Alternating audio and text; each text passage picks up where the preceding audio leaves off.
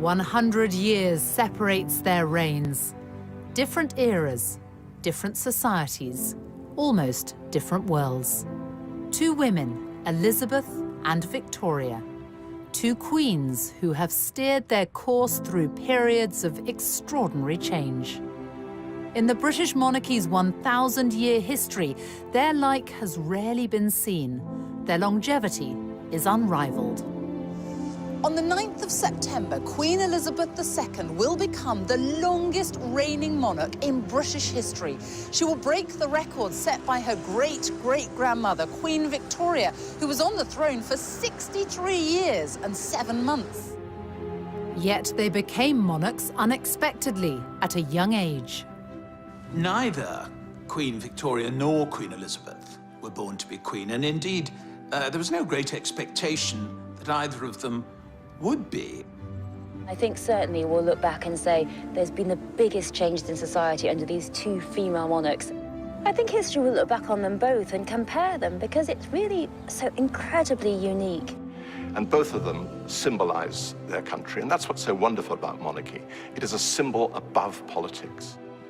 But what does it take to be a monarch who defines an era? One who has the power to capture the hearts and minds of people at home and abroad. She's just brilliant. At her age, to be still doing things like this, it is just fantastic.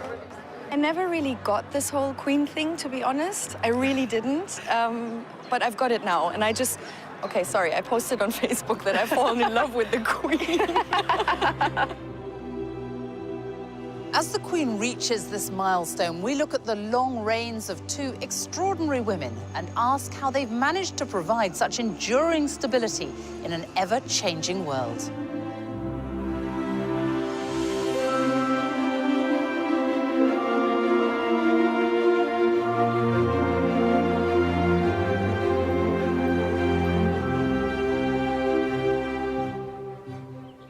It's March 2015 at Canterbury Cathedral. And here she is, Elizabeth II, the face of the modern monarchy. She's here to unveil statues of herself and her husband, Prince Philip. Immortalized in stone next to Queen Victoria and Prince Albert, in this, the year Elizabeth becomes the longest reigning monarch. Nobody expected that.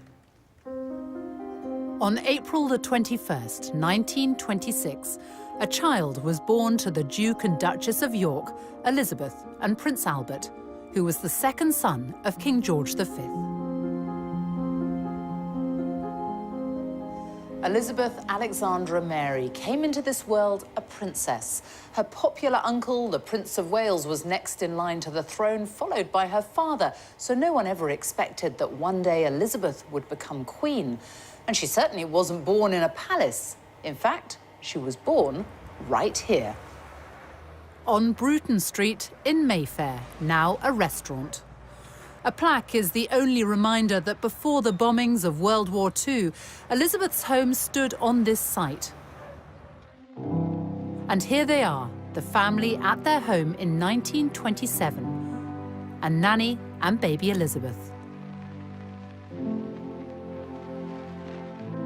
The young princess was expected to lead a relatively quiet life away from the full glare of the monarchy, which is just what people thought at the birth of another royal infant.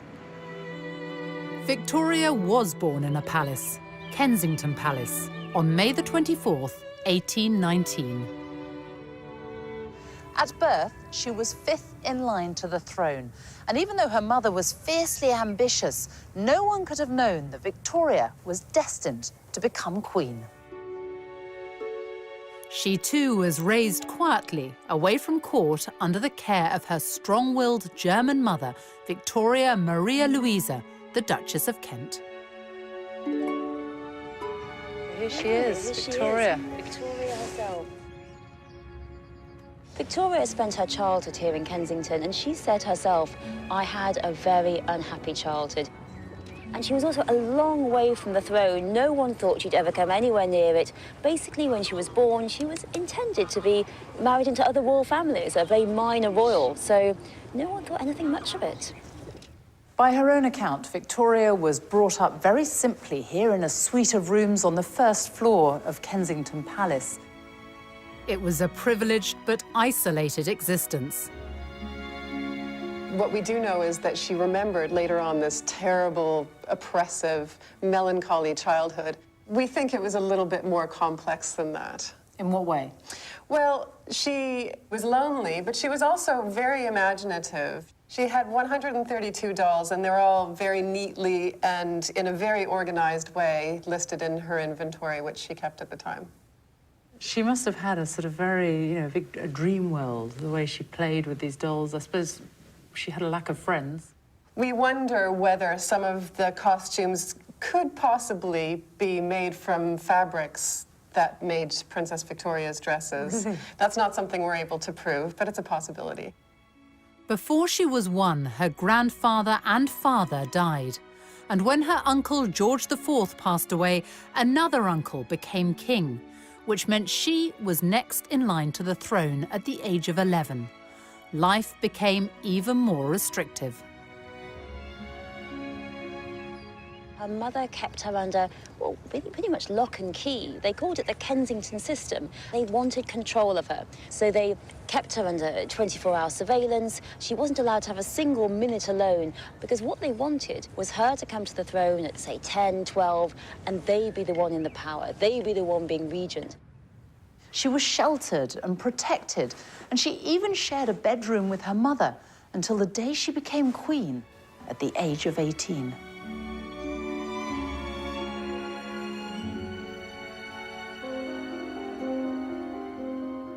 In stark contrast, Elizabeth's early life was happy and carefree.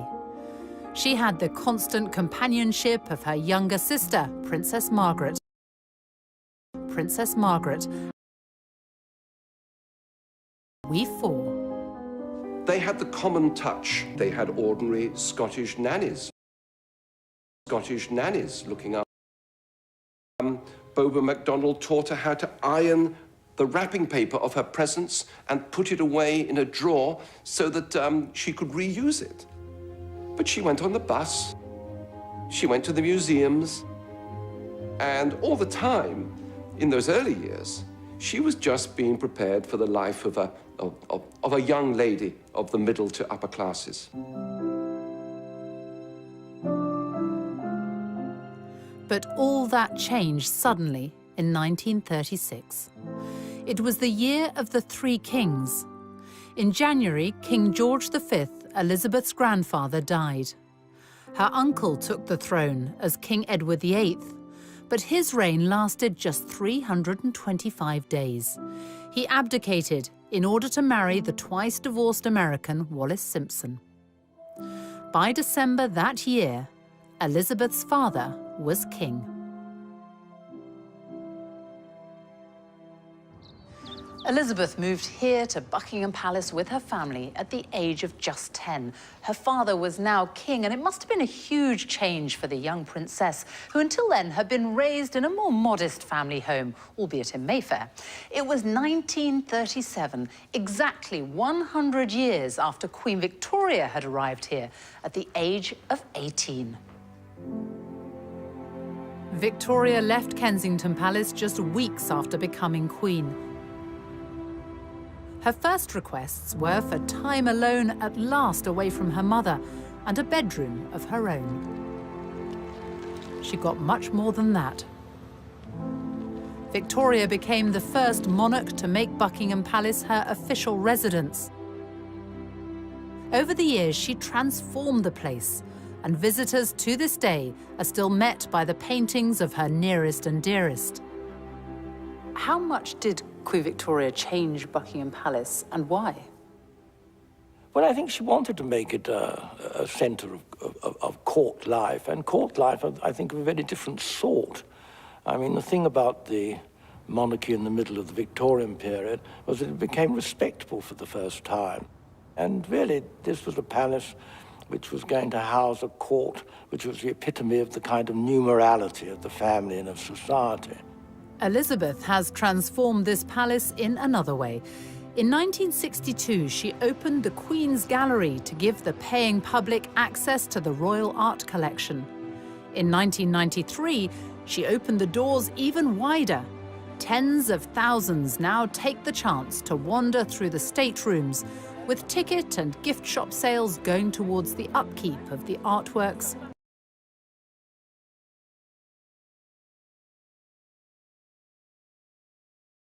Guests are invited to a reception at Buckingham Palace for the Queen's Award for Enterprise, now in its 50th year. And each guest is greeted personally. It means a huge amount to these businesses. You could be in China, you could be in India and Brazil. People will see the emblem of these awards and they will know that you've got that because you're a very successful British business, and it actually then leads to more business, which is great news for Britain. It's such a boost to me personally, to my confidence as a businesswoman, but obviously to the business. I've met so many fantastic other businesses, so I look forward to a lot more business networking as well. The questions she was asking tonight were quite interesting. They were very business orientated, and she obviously knows what's going on, which is great, you know. The Queen herself is such an inspiration for all of us. And so for women in general, I think, you know, I mean, an inspiration of hard work, dedication, you know, like what entrepreneurs should look up to.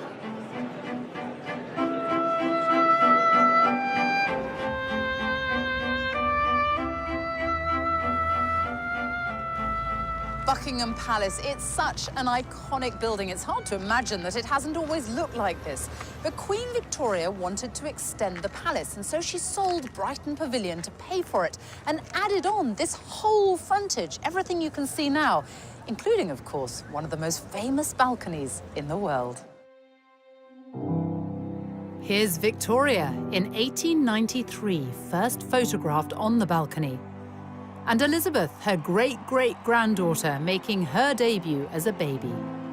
Across time, the balcony became a sort of rallying point for the nation. No more so than in May 1945, when war in... as Elizabeth stood proudly by him in her uniform.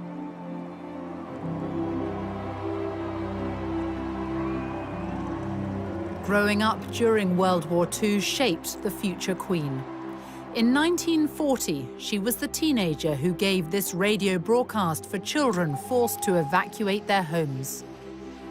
My sister Margaret Rose and I feel so much for you, as we know from experience what it means to be away from those we love most of all. You would have thought that the royal family would have been moved a long way away to safety, but instead the princesses came here. They lived here in Windsor Castle for much of the war, and the castle was stripped of all its finery. The paintings were removed and hidden in caves in Wales and other places. And it was a very much diminished castle, except for the magnificence of the buildings. There was a big air raid shelter built under one of the towers, which no one liked using, but they did when the air raid sirens sounded. As the bombing raids of the Blitz hit, it was suggested that the princesses should be evacuated, to which the Queen Mother had an immediate reply. She said, "The children would never leave without me. I would never leave without the king, and the king will never leave." Indeed, in September 1940, the king and queen were very nearly killed when a German bomber flew up the Mall and dropped its bombs directly on Buckingham Palace. They concealed how nearly they came to death. They realized instantly that they had to be the focal point of the nation at war. And that was transferred to Princess Elizabeth, and we have seen that ever since, duty is what has defined her and led her and inspired her. Elizabeth, unlike Victoria, was able to learn the art of being a monarch from her parents. But both entered public life in the same way and in the same place, each showing their commitment to the armed forces.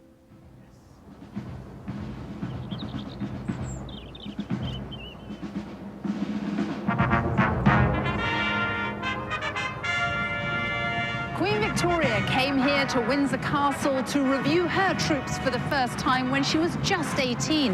A century later, Elizabeth, then still a princess, followed in her footsteps on her 16th birthday. It was her first official engagement. The British Grenadiers then marched past Her Royal Highness the Colonel. She's back. It's April 2015. Now 89, the Queen is presenting new colours to the 1st Battalion, the Welsh Guards. She knows the military inside out and played her part in the war effort when she joined the Auxiliary Territorial Service at the age of 18. One of the things she did was to learn how to strip down her truck. And there are famous pictures of her doing so. And she worked with other people who had been called up who were serving from all walks of life. And I think that was her first proper introduction to life outside of the family. And these were all sort of incremental steps in her training, if you like, towards being the monarch. Her Majesty the Queen knows absolutely everything that's happening in the ceremonial state occasion. But she knows that I'm there to just make sure those people that don't know are led and guided so that they can give the best performance. I'm inspired by her, an absolutely wonderful lady. I mean, the Queen is what we fight for and fight under for the country, and she's sort of the head of the army and our regiment, so it's extremely special for the boys.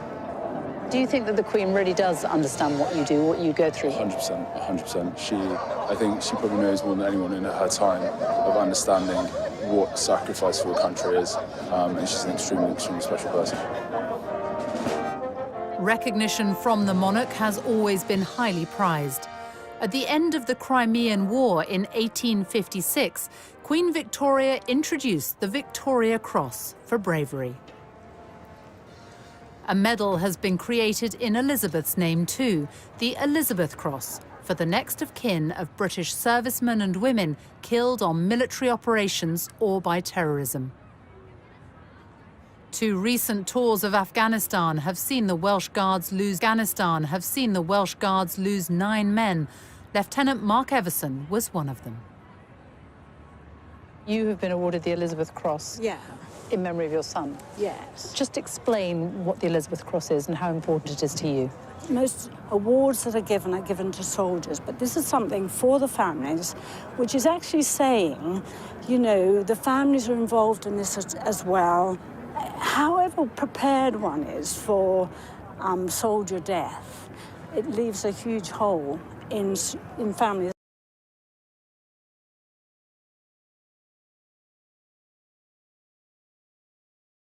This memory, this little cross signifies that, really. Elizabeth is the daughter, mother and wife of military men. By her side today, as he has been for every step of her reign, is Prince Philip, the Duke of Edinburgh.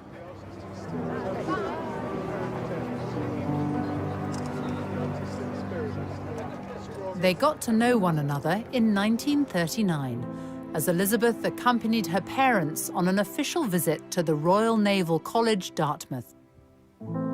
The cadet assigned to show her around was Philip, a prince by birth of Greece and Denmark, also a great-great-grandchild of Victoria's. The Queen saw him, this handsome young Viking with his sense of humor.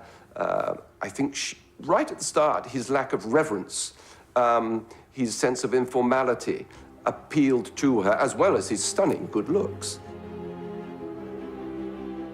They became pen pals, with Elizabeth keeping a photo of a bearded Philip as he fought for his adopted country, Britain. It was a love match.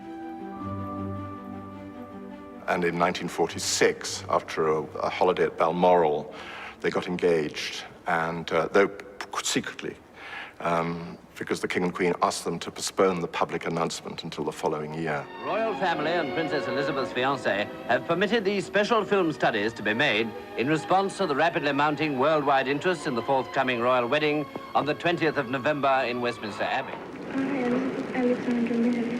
Take thee, Philip, Take thee, Philip, to my wedded husband, to my wedded husband. to have and to hold. They wed when Elizabeth was 21.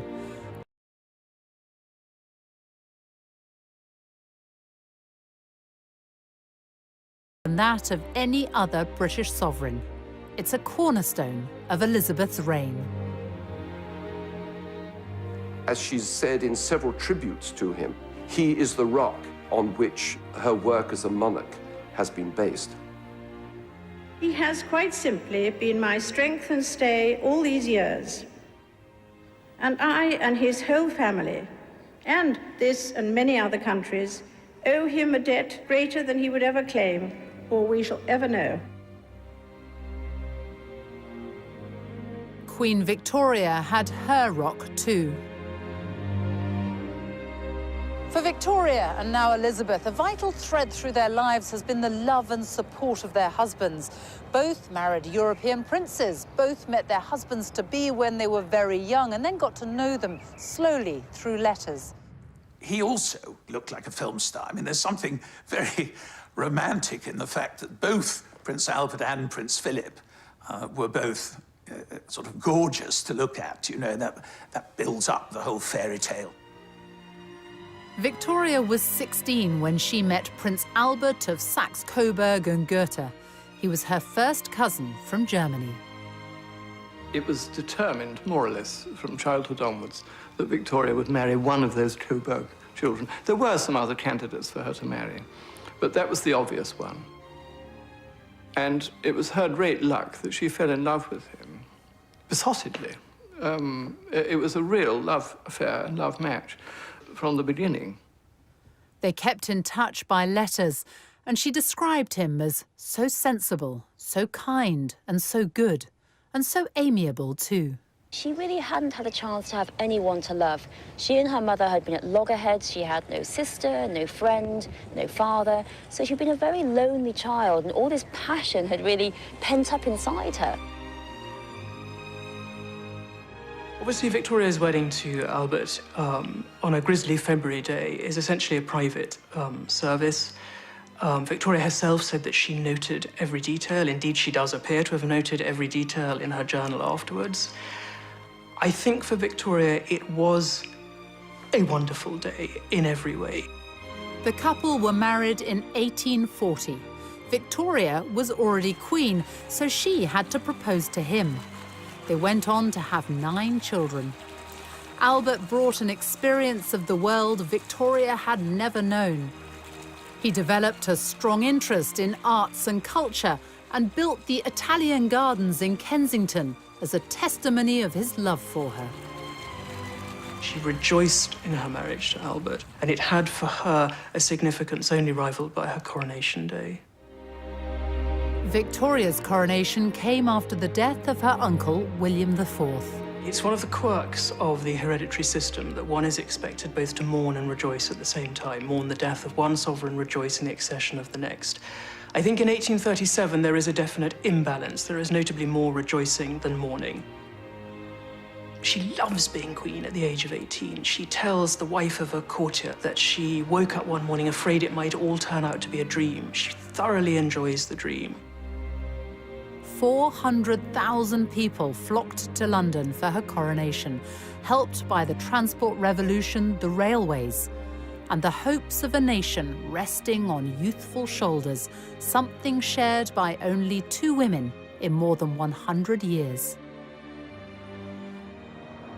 Elizabeth's path to accession came in 1952. In January, she and Philip were waved off at the airport by her father, King George VI, as they began a Commonwealth tour in his name. It was the last time they would see one another. He was only 56. On February the 6th, 4,000 miles away from London, Princess Elizabeth was brought the news the world was soon to hear. It was announced from Sandringham at 10:45 today that the King, who retired to rest last night in his usual health, passed peacefully away in his sleep earlier this morning. People were shocked by the death of the King. It wasn't anticipated, except in an inner circle who knew just how ill he was. Elizabeth returned to London in mourning, a young woman who now held the future of the monarchy in her hands. For 4 days, King George VI lay in state in Westminster. I remember walking past the catafalque of King George VI. My mother took me and my brother Rory, and I was only 3. And we queued for hours. You can't imagine that now, can you?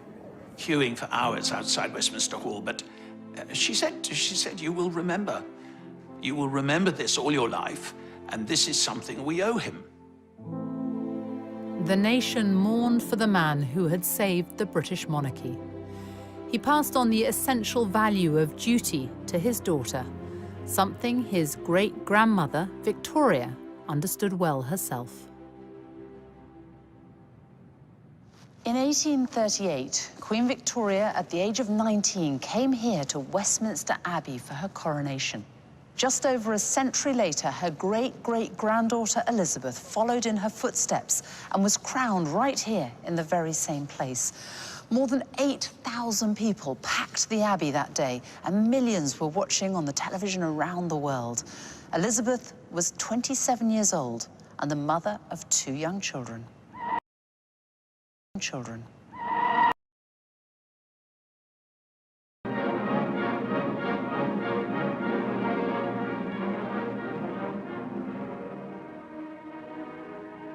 How was Elizabeth received at the coronation? We all became romantics on a huge collective scale. And of course, the setting in this abbey, where the very stones talk, with the old statesman in marble looking down on it, Disraeli, Gladstone, Peel. We were right in the middle of this wonderful combination, which the Brits pride themselves on, or did, of juxtaposing tradition and modernity and making the two work together. But above all, the young woman sitting just over there,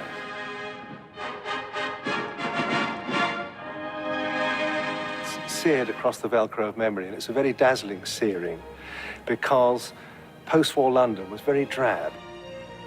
We'd lost 1/3 of our wealth in the war. There was still rationing. Very few people had any new clothes. And yet suddenly, in amidst this heroic drabness, there was the starburst of the coronation of the new, beautiful young queen.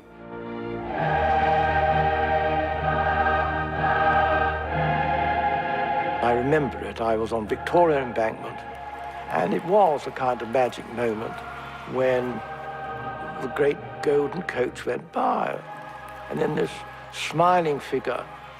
It was one of the moments of the reawakening of the country after a long and tense and deprived period.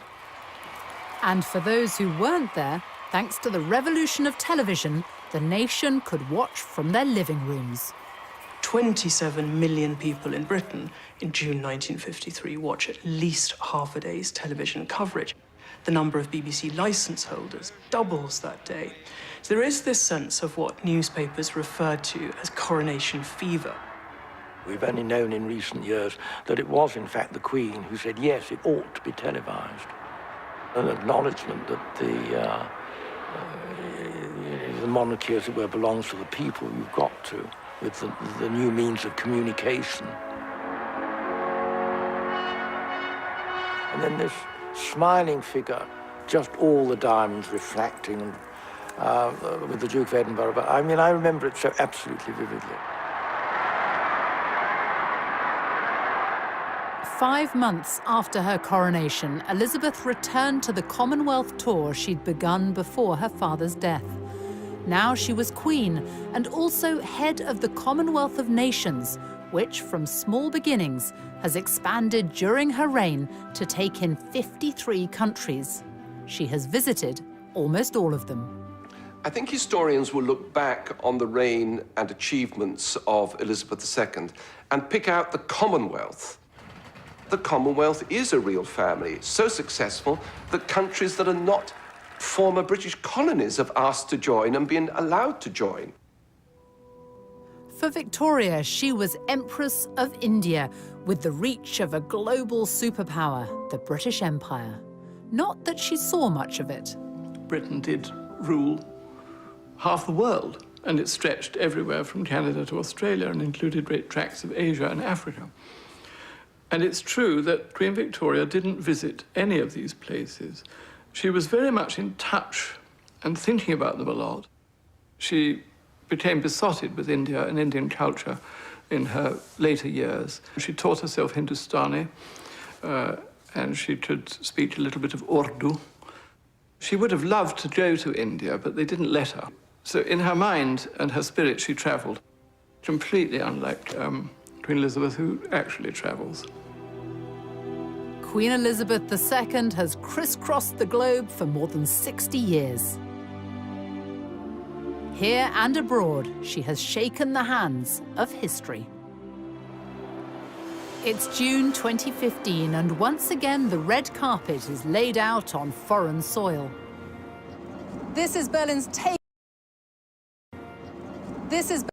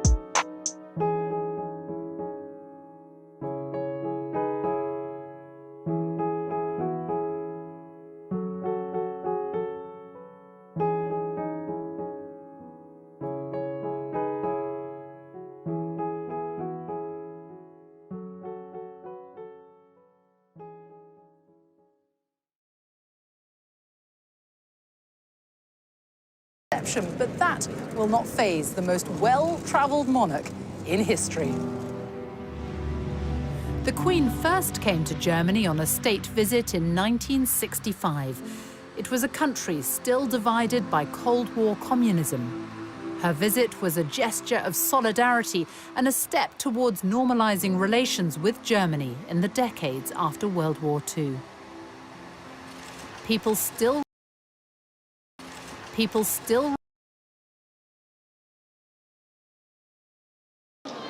For my husband and me, it is a deeply moving experience to be with you here in this courageous and famous city. 50 years on, Germany, now a unified country, has changed dramatically. The welcome for the Queen hasn't.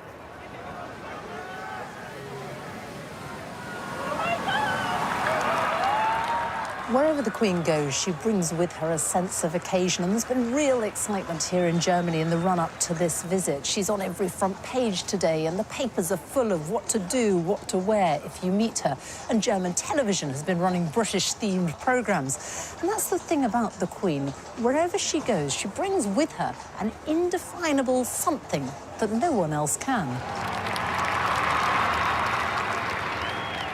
The Queen is our big differentiator in the eyes of many of our foreign partners and friends. They deal with other governments, they deal with other heads of state, but the Queen is something completely unique. And you see that in the reaction of the crowds lining the streets.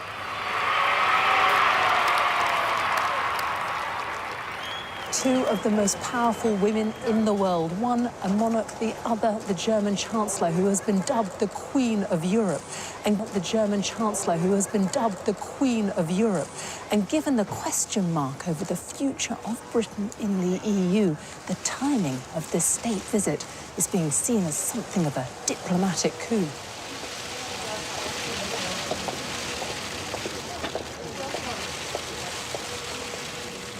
I think for many people, for many different reasons, this is a very important visit, a very important moment, and it brings Britain and Germany closer together at a time which is, for us, actually very important for there to be good and close relationships.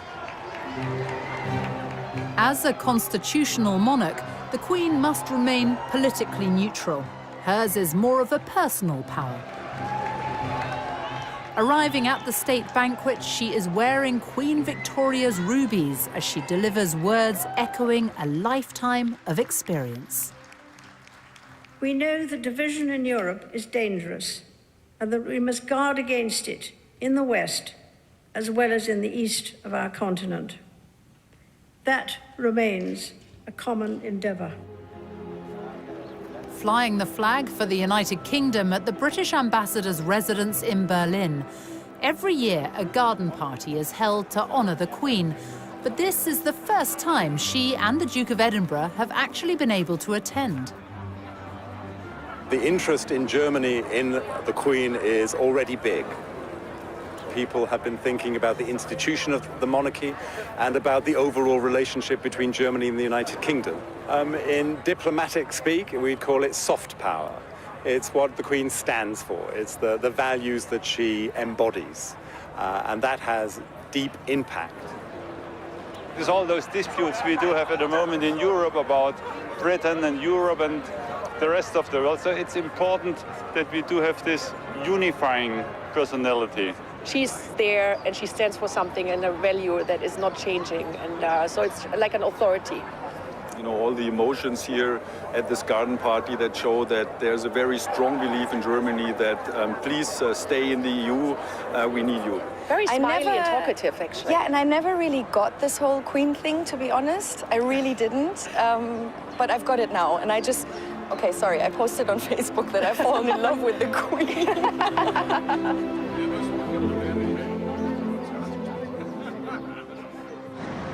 In Germany's modern democracy, sections of the wall which once separated East from West in the Cold War now stand only as symbolic fragments.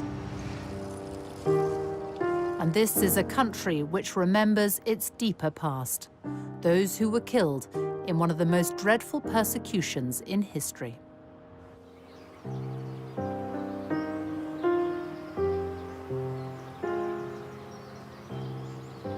70 years ago, British forces liberated this camp, and they discovered, much to their horror, that on this very soil, tens of thousands of people had died in a most horrific fashion.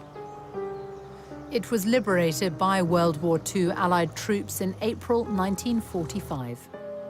70 years later, it is the Queen's request that she and the Duke of Edinburgh end their German state visit by paying their respects at the site of the Bergen-Belsen concentration camp. And for some, the memories are very personal. To me, it was just one huge horror story. How any human beings could treat other human beings in this way. Just incredible. I don't think there was a sort of screaming of joy because everybody thought we must be dreaming. We hear an English voice. That wasn't what we were preparing us for. We were preparing us to die.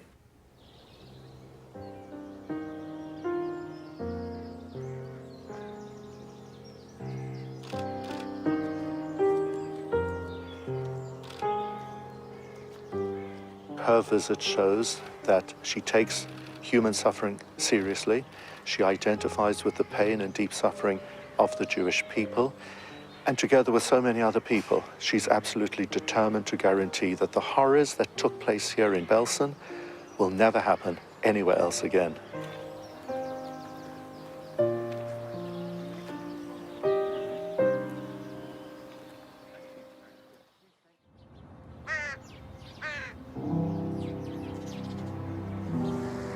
In Britain, religion and the monarchy are forever intertwined.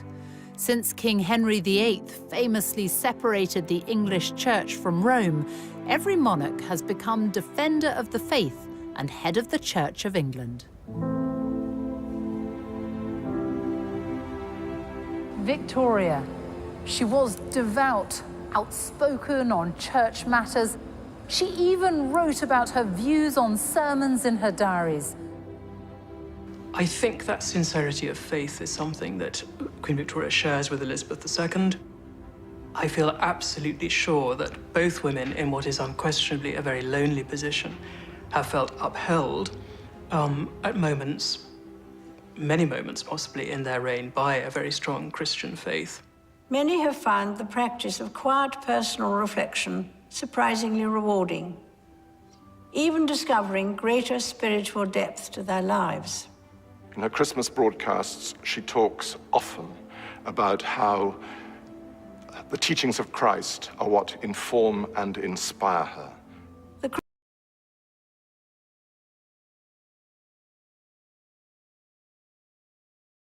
Feet very firmly on the ground, but spiritually, she's got this dimension in which her personal faith is linked to her duty as a monarch. And each monarch also has formal duties in relation to the government of the day. It was during Victoria's reign that political power moved away from the sovereign, but she still kept a keen interest in the details of political life, as does Queen Elizabeth, who at the start of her reign decided to change the monarch's regular meetings with the Prime Minister into a weekly affair, the audience. When Parliament sits, the Prime Minister arrives for their regular meeting, where the Queen has what's been described as the right to be consulted,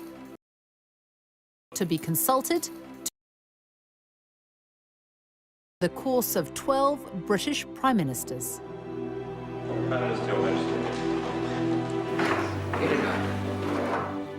Her first PM was Winston Churchill, who'd known Elizabeth since she was a child and was the only elected Member of Parliament under both Victoria and Elizabeth. Well, Churchill was in love with her. There's no other way of putting it. A member of his private office said that he was dotty about her and felt very protective of her and wanted to ease her into the duties of monarchy. And she receives the red boxes daily, containing cabinet and foreign and Commonwealth papers. She's been terribly well informed. When you think about it, the first weekly intelligence summary she got from the Joint Intelligence Committee in February 1952 would have had at least a section on it, I'm sure, of Stalin's capabilities and military intentions. Can you imagine it? The long reigns of Elizabeth and Victoria mean they have had to steer their way through periods of extraordinary change. Queen Victoria's reign saw the Industrial Revolution, economic progress, and the growth of the British Empire. Scores of grand buildings went up during the Victorian age, many of which are still with us today, like this one, the Victoria and Albert Museum. It houses one of the largest collections of decorative art and design in the world.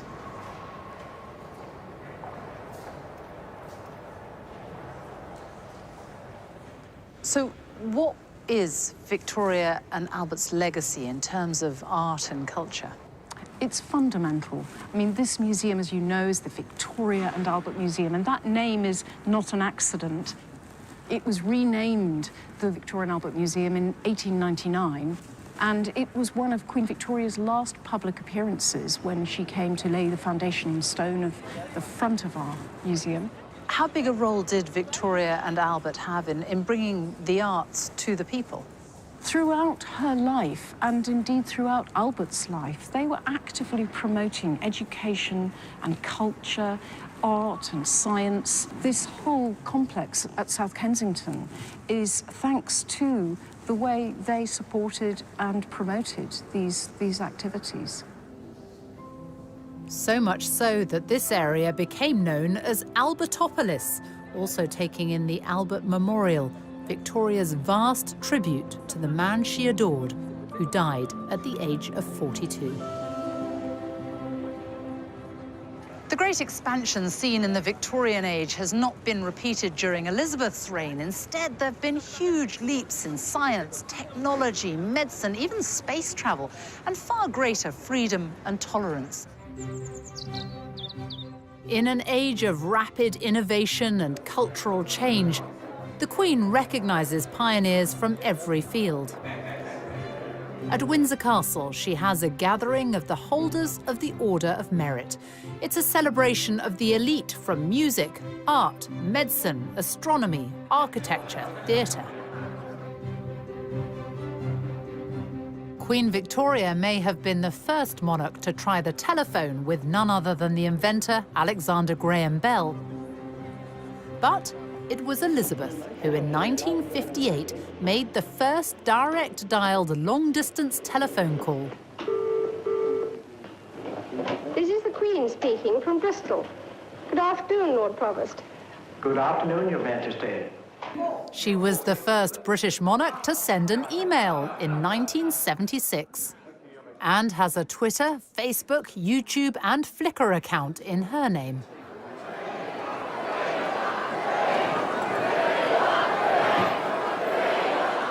In the monarchy's 1,000-year history, only 2 British sovereigns have marked their silver, golden, and diamond jubilees.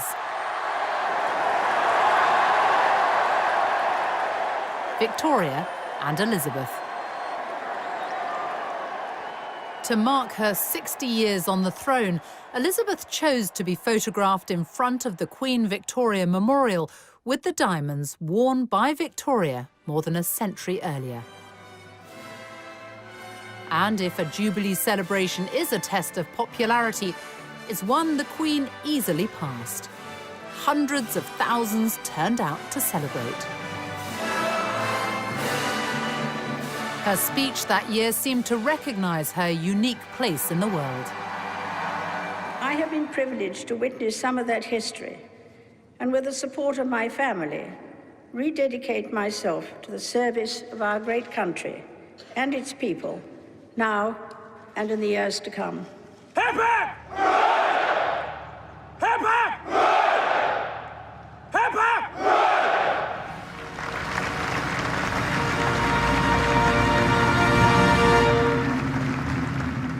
And then that same year, for the London Olympics, the Queen was cast.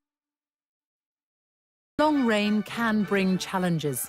Unlike Elizabeth, Victoria had to spend almost 4 decades without her beloved husband by her side. Queen Victoria did flack after the death of Prince Albert, not for the rest of her reign, as some people mistakenly think. It was really for about 10 years that she was much more in retirement, and she worked all the way through it. I mean, there's a fantasy that she was just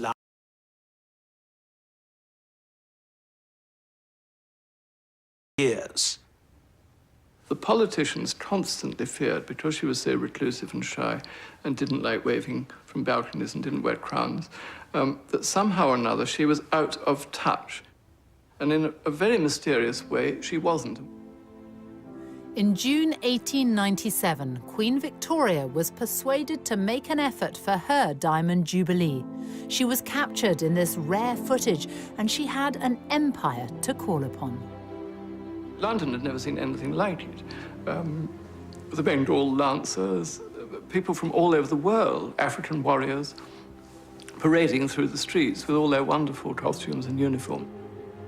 It was partly a demonstration of this extraordinary political stability, that this institution, which had been so fragile in 1837, was now going stronger than ever in 1897, thanks to this very eccentric clever but strange woman sitting in an open carriage riding through the streets of London in a black bonnet. The whole place was alive with excitement.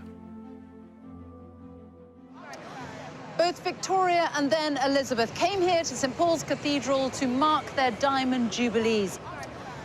For Victoria, who by then was 78, it was a rare public appearance. She was still mourning Albert decades after his death. And she was frail, too frail to climb these stairs and go inside. So instead, when her carriage drew up here in front of jubilant crowds, she remained in it, and the whole service came out to her.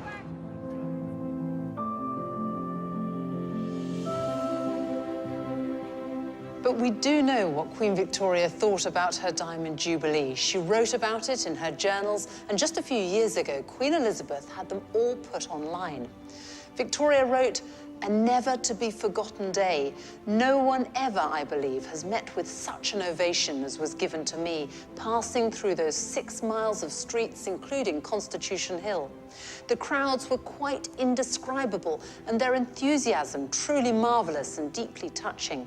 The cheering was quite deafening, and every face seemed to be filled with real joy. I was much moved and gratified."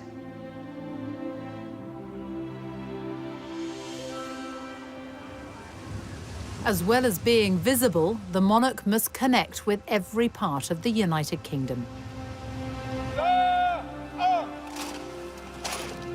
Today, the Queen, a direct descendant of Mary Stuart, Queen of Scots, arrives in Edinburgh for Holyrood Week.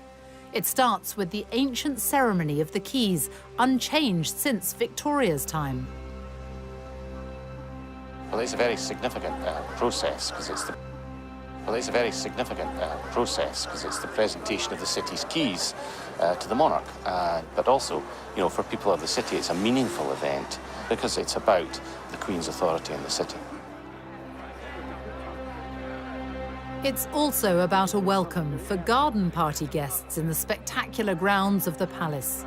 Royal garden parties were introduced by Victoria at Buckingham Palace in the 1860s and brought here to Scotland by Elizabeth's grandfather, George V. This is the Queen attending as a child. 8,000 people have been invited to this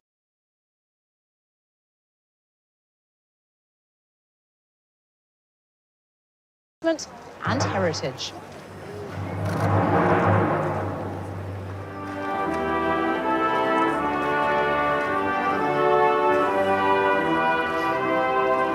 She's just brilliant. At her age, to be still doing things like this, it is just fantastic. I think today has been a very good example of exactly what we as a country do well, and I think she's at the very heart of it. And the fact she visits our islands, you know, she embraces all the parts of Scotland that we love. Her and the Duke have done a marvellous job over the years, and I hope they'll have many more. What over the 6 decades of her reign has been done is the knitting together, I think, of an extraordinarily ever richer tapestry of Scottish life. My lot are part of the older threads, but every year through this great gathering, new, fresh threads are added. The Queen has deep personal connections to Scotland. Her mother grew up here. Her sister, Princess Margaret, was born here. In fact, she was the first royal baby to be born in Scotland for more than 300 years. And since she was a child, Scotland is where the Queen has always come on her family holidays. During late summer and autumn, the Queen still enjoys her longest spell of privacy in the place she's visited since childhood.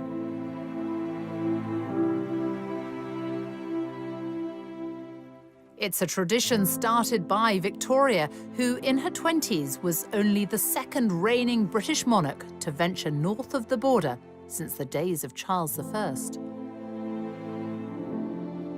Queen Victoria and Prince Albert fell in love with Scotland. Prince Albert saw Germany in it. He was reminded of Germany, the sort of forests of firs and all that kind of thing. Queen Victoria was privy to a kind of ordinary life up there that was more difficult in Windsor or in London.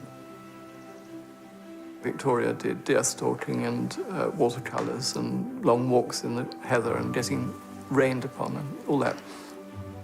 I think there's something about its sort of vastness when you get up into the Highlands, and that sense of being far away in this kind of mountain kingdom.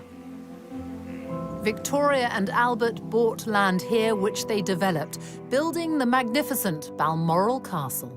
Balmoral was very carefully chosen up on a bluff with the forest quite far back and the water very much below and so on. And it became their own place. You know, it wasn't a house of the British monarchy. It was the house of Victoria and Albert. And that meant a great deal to her. The home lovingly designed by Albert for Victoria now belongs to Elizabeth. A private residence, but no longer just a royal idyll. For 18 weeks of the year, it's open to the paying public. As she grew older, Victoria spent much of her life at Balmoral.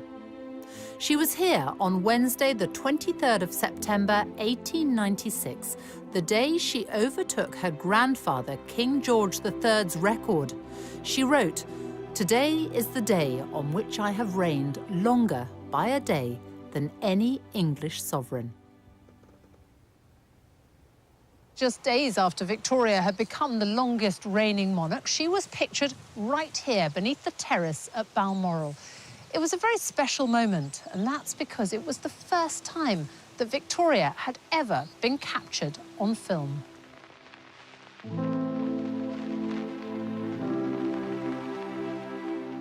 Here she is, surrounded by dogs, children and grandchildren.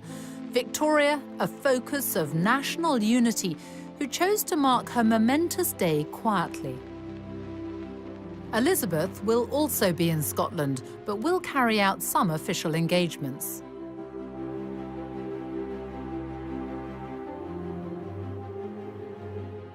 This is where Queen Victoria was on the day that she became the longest reigning monarch in British history. And this is also where her great-great-granddaughter, Queen Elizabeth, will be when she passes that record on the evening of Wednesday, September the 9th. She will have been on the throne for 23,226 days. There'll be no fuss, no grand celebration. It's business as usual, we're told. But all the same, it is a remarkable achievement and something none of us will ever again see in our lifetime.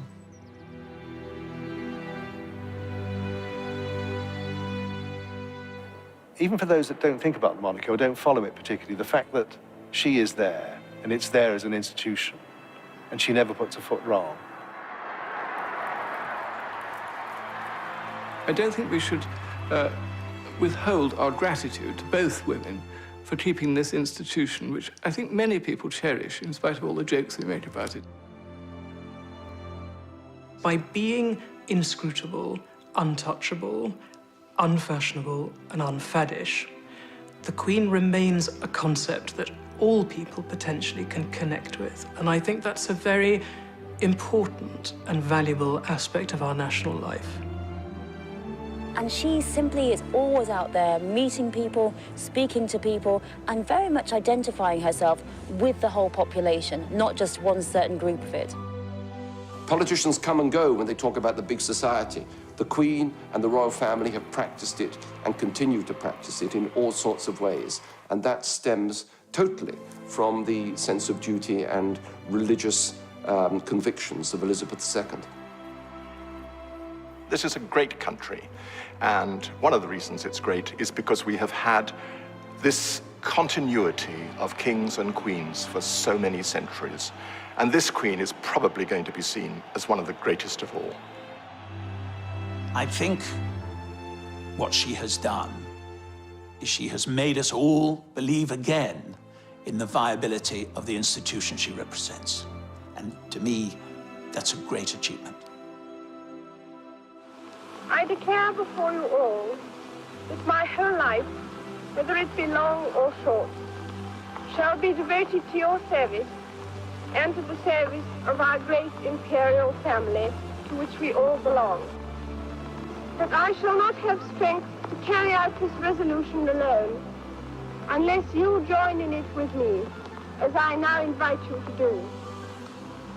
I know that your support will be unfailingly given. God help me to make good my vow, and God bless all of you who are willing to share in it.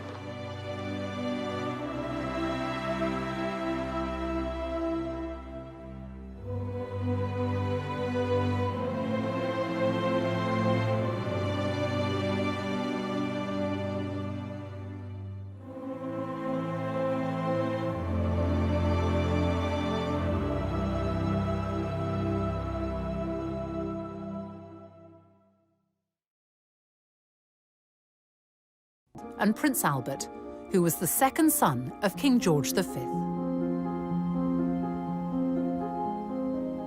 Elizabeth Alexandra Mary came into this world a princess. Her popular uncle, the Prince of Wales, was next in line to the throne, followed by her father. So no one ever expected that one day Elizabeth would become queen. And she certainly wasn't born in a palace. In fact, she was born right here. On Bruton Street in Mayfair, now a restaurant. A plaque is the only reminder that before the bombings of World War II, Elizabeth's home stood on this site. And here they are, the family at their home in 1927, and Nanny and baby Elizabeth. The young princess was expected to lead a relatively quiet life away from the full glare of the monarchy, which is just what people thought at the birth of another royal infant. Victoria